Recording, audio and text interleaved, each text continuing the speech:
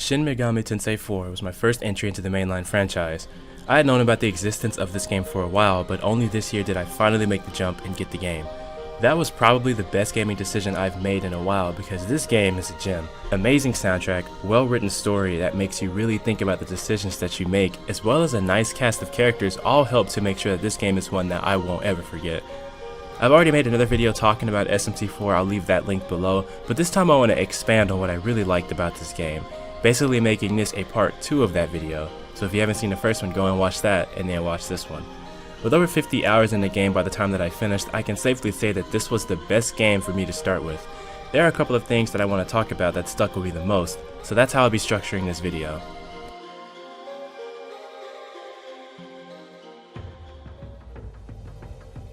So the first thing is Naraku.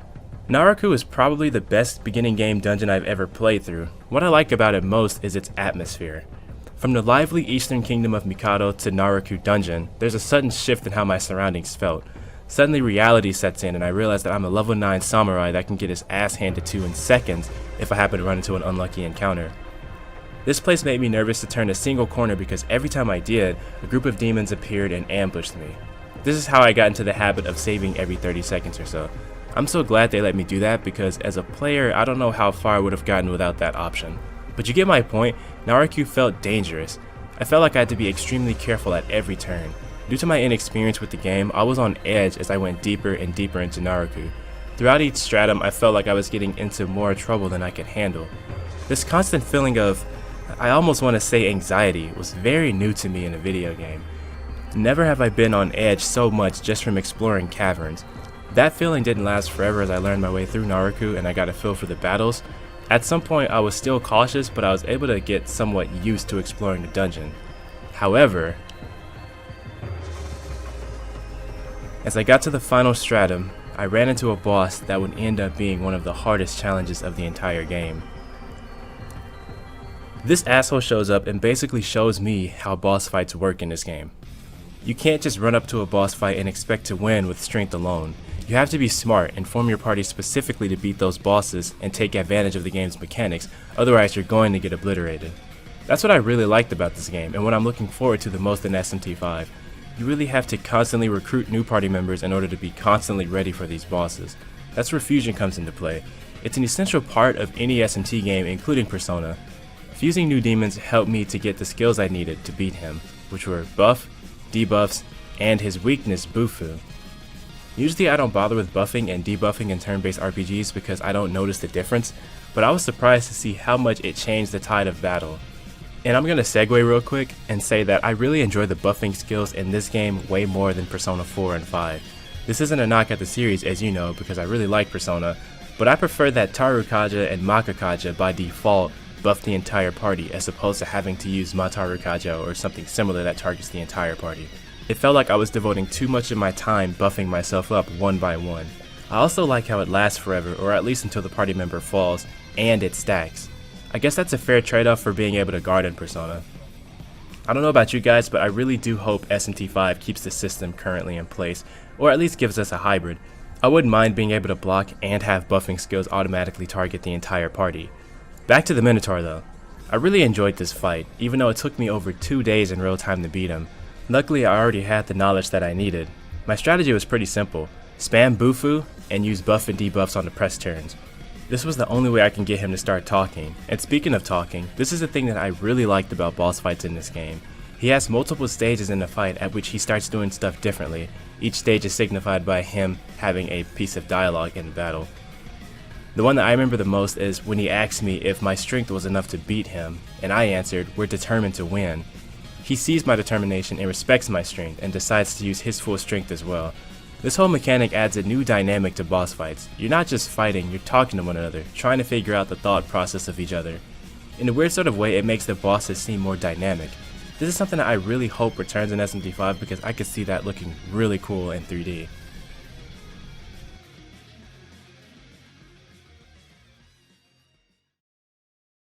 I finally beat this asshole and moved on to my next task, which was to explore the land of the unclean ones, Tokyo.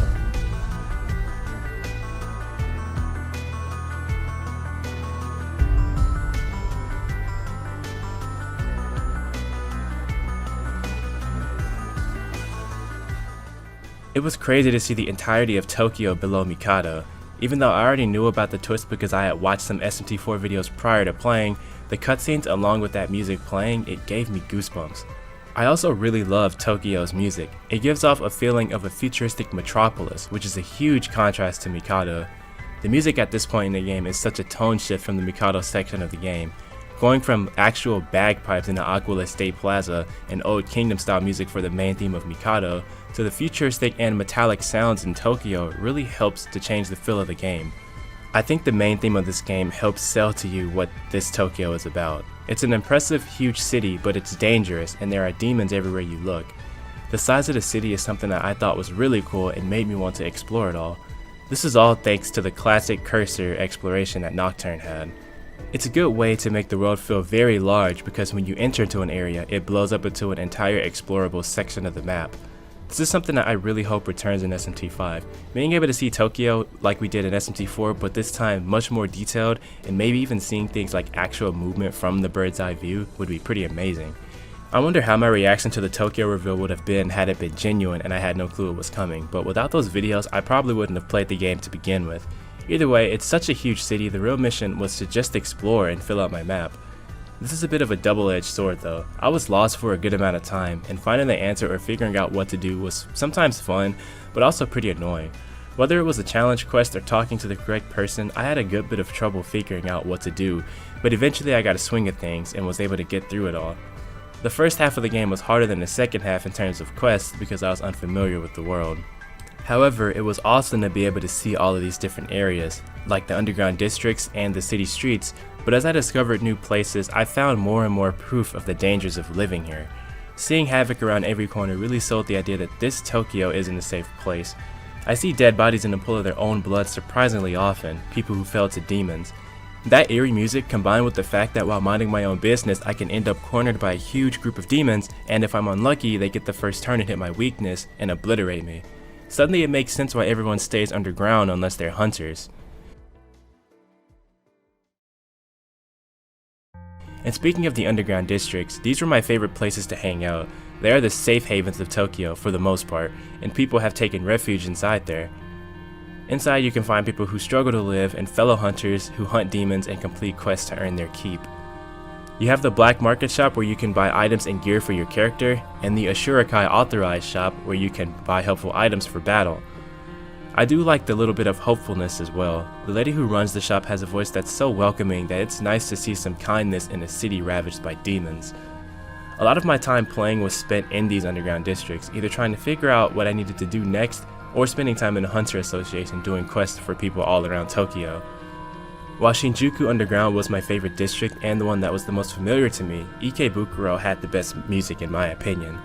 Even though you can get killed over there, it was always awesome to listen to the music and jam just before you got pulled into an encounter. In my earlier video, I mentioned how I liked how your samurai partners begin with a blank slate about Tokyo, not knowing what it even is to begin with, but over time they form their own opinions about the city and the people. After beating the game, it's crazy to think back and remember how we were once all friends, all becoming samurai and being tasked with doing jobs up in Mikado together. We went from me, Walter, and Jonathan spying on Isabeau while she was reading her manga, to being ready to die for our own cause, that being how the world should be shaped. The first conflict with Lilith just proves how they are partners but ultimately have different mindsets and views of their ideal society. Walter prefers a world where the strong survive, and Jonathan prefers a world where there is order. As you can tell, I really enjoy these characters, but there are some characters in this game that I was surprised were as good as they were. I'm referring to the demons themselves. I'm completely amazed at how much character is given to them, the ones in the story as well as the ones that you recruit and fight alongside with. Coming from Persona 4 and 5 where personas are just reflections of the Persona user and not much more than that, I was impressed by how much more the demons are just actually characters. They have personalities, they talk to you, they talk shit about you, and some are just fun to be around. We know that SMT V is using the new demon designs from Persona 5, with some exceptions like Angel, who is being remade in her old SMT style.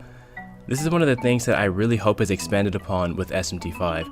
With these higher quality demons and voice acting being in the game from the get-go, I really hope that these demons have personalities that go far beyond what they've done before. But back to SMT IV, I remember a funny encounter while exploring Camp Ichigaya. I ran into two demons in a room. One of them had gone under some sort of transformation and ended up being a demon that could no longer speak normally, but strangely the demon next to him could understand. He was asking if there was a way he could go back to normal, and the demon said something to the effect of, "No, there's no going back, don't even try, it's too late." Just those little interactions that didn't even need to be in the game, but they're there regardless. I love that kind of stuff. There's another mission that I really enjoyed that showed some more of the characterization of the demons.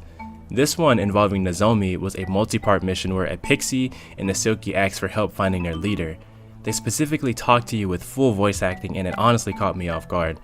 I'm used to these demons only making noises as they attack or saying general phrases during dialogue, not complete full voice acting. That's not all though, the demons in my party really feel like characters too.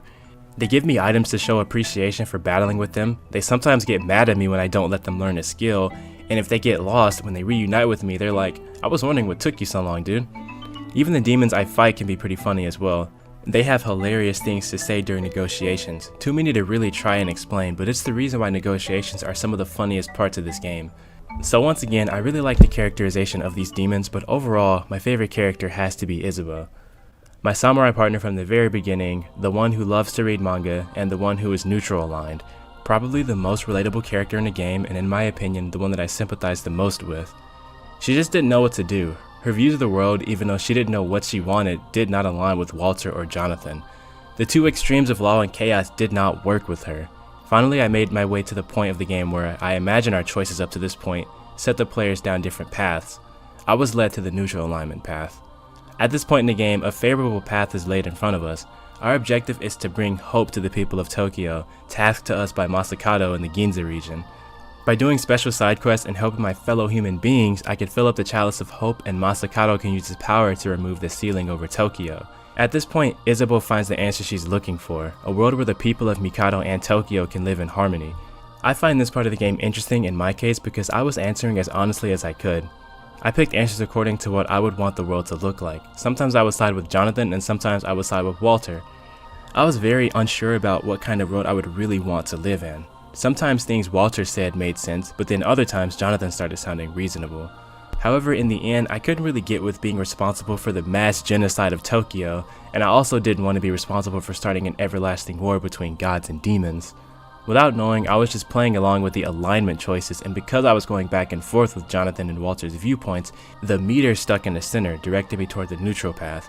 Turns out I was just indecisive, which is similar to Isabeau, who just didn't know what to do until a favorable path was laid in front of her. Once again, this is why she's personally my favorite character, and is the one whose thought process and choices I identified the most with. So we completed our task and we moved on to the next part of the game, which was basically the ending. And it was very peaceful.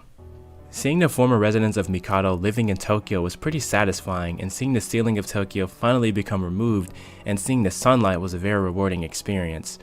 Overall, I really liked the idea of the neutral ending. Yeah, we didn't change much, but it's the least destructive overall. We just postponed the inevitable, but it's something that gives us peace. I know about cycles and how eventually Flynn will reincarnate, but for now we've got that peace of mind.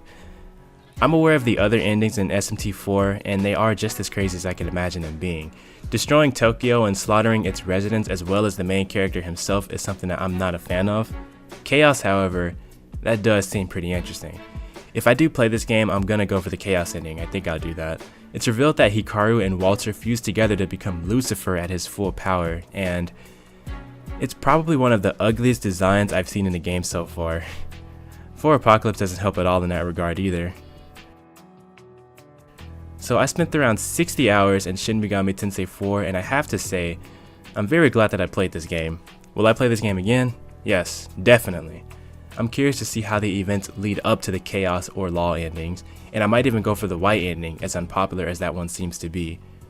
Overall, I really enjoyed this as my first SMT game, and I'm ready to be done with 4 Apocalypse already so I can move on to the spin-offs, maybe Double Survivor or something. But this one is an unforgettable experience, and I'm glad that I was able to finally give this game a go. So those are my full thoughts on SMT IV. I really enjoyed this game. I'm glad that this game was made.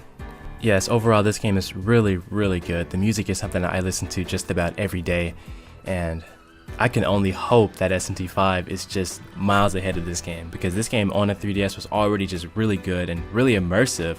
This game being on Switch and HD and all that good stuff on the TV with the brand new soundtrack and being completely in 3D like Persona 5, you can see why I'm hyped for this game. So anyway guys, I'm gonna end the video there. If you enjoyed it, leave a like. If not, leave a dislike. And if you want to see more videos regarding SMT, Final Fantasy, PSO2, Nintendo and PlayStation related content, definitely hit that subscribe button. Thank you so much for watching this video if you stuck around this long, and I'll see you in the next one. Peace out.